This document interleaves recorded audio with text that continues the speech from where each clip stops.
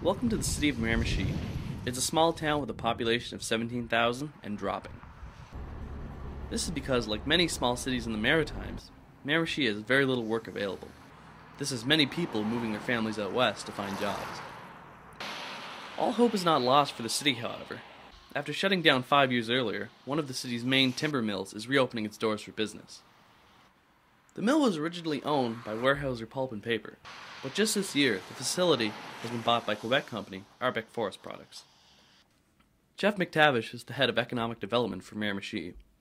Having worked the mills himself, he says the mill reopening is great news for the city.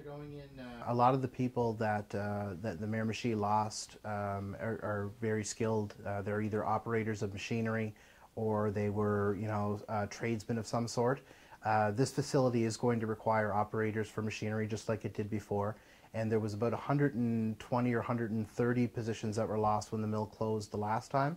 So to be able to get those folks back here, if there's an interest there, would be a great boost to us.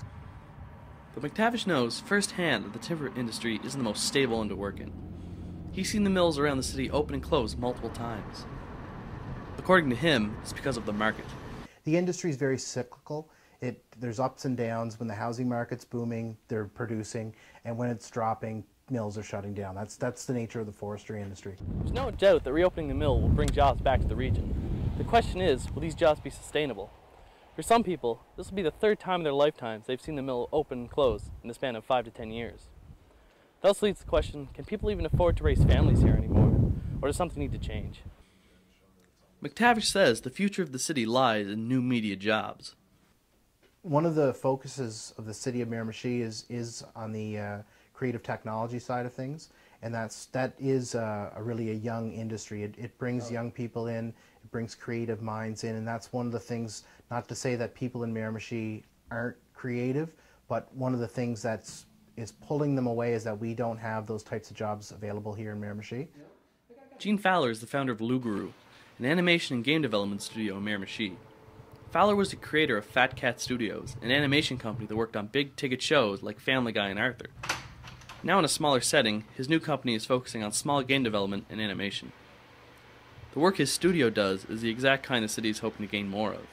That's hard, man. Like, how do you start a company in a business, in a place where there's no creative community?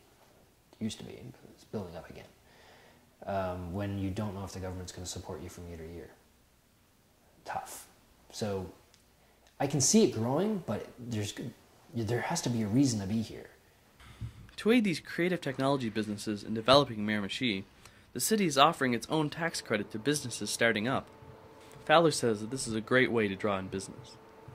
It's like a basic added incentive from the city to bring your shop here instead of anywhere else in the province. So it's like a tax credit inside of a tax credit.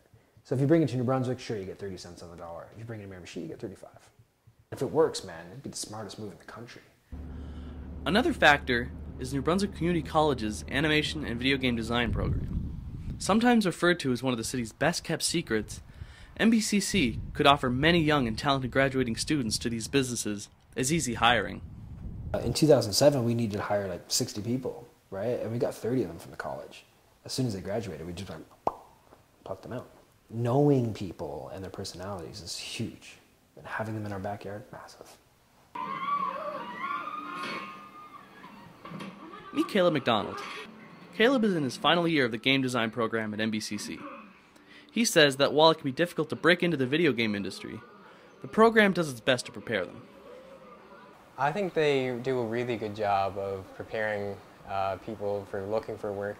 Like, we have an entire class dedicated for preparing for interviews or preparing for what it's like in a team environment in game development. So yeah, I think they prepare you pretty well. The city's demand for new media is not limited to video games and animation. Tracy Robinson, better known by his nickname Chopper, is one of the creators of the website Miramichi Online. The site acts as a community board, news hub, and online promoter for all events and happenings in the city. He says that the promotional and media work they do is a booming business, but requires creativity.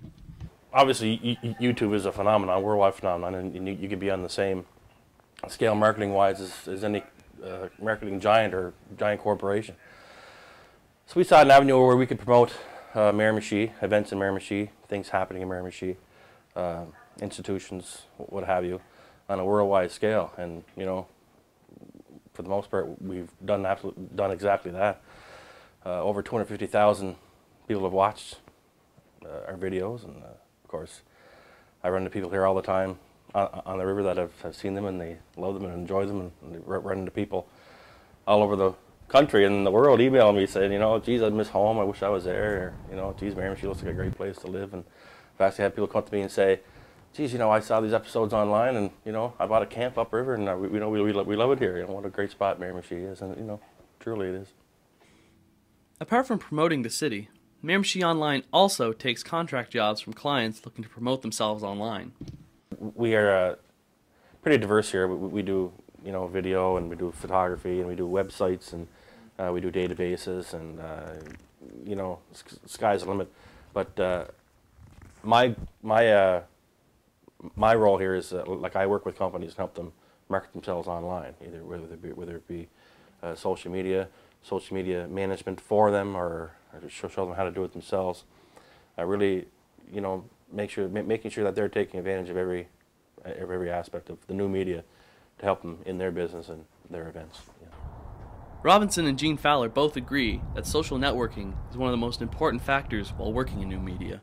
It's everywhere, and for as long as it keeps on evolving its way into the human condition or into the human behavior, it will become part of our routine, as it already has. People don't venture out of their neighborhoods anymore. Why? Because they got Facebook. Facebook is your neighborhood. Facebook, when you go on Facebook, you're walking around your neighborhood. When we started back in 2010, locally, people weren't really using the Facebook and YouTube, and that was only 2 years ago. Now it's everywhere. If you're not there, you're in outer space somewhere, right? So we really brought it forward, and really showed local business and local community leaders what it can do for any avenue. You know, it could really boost sales. It could boost people knowing about your event, or you know, any kind of promotion locally. And it not only does it promote locally, it promotes on an international level. So it's really huge. For the city of Miramichi, this boom in the new creative job market could be exactly what it needs to boost the economy. The Goliath that was once the milling industry could now play David to new media. For Stu Journalism, I'm Tyler Lyons.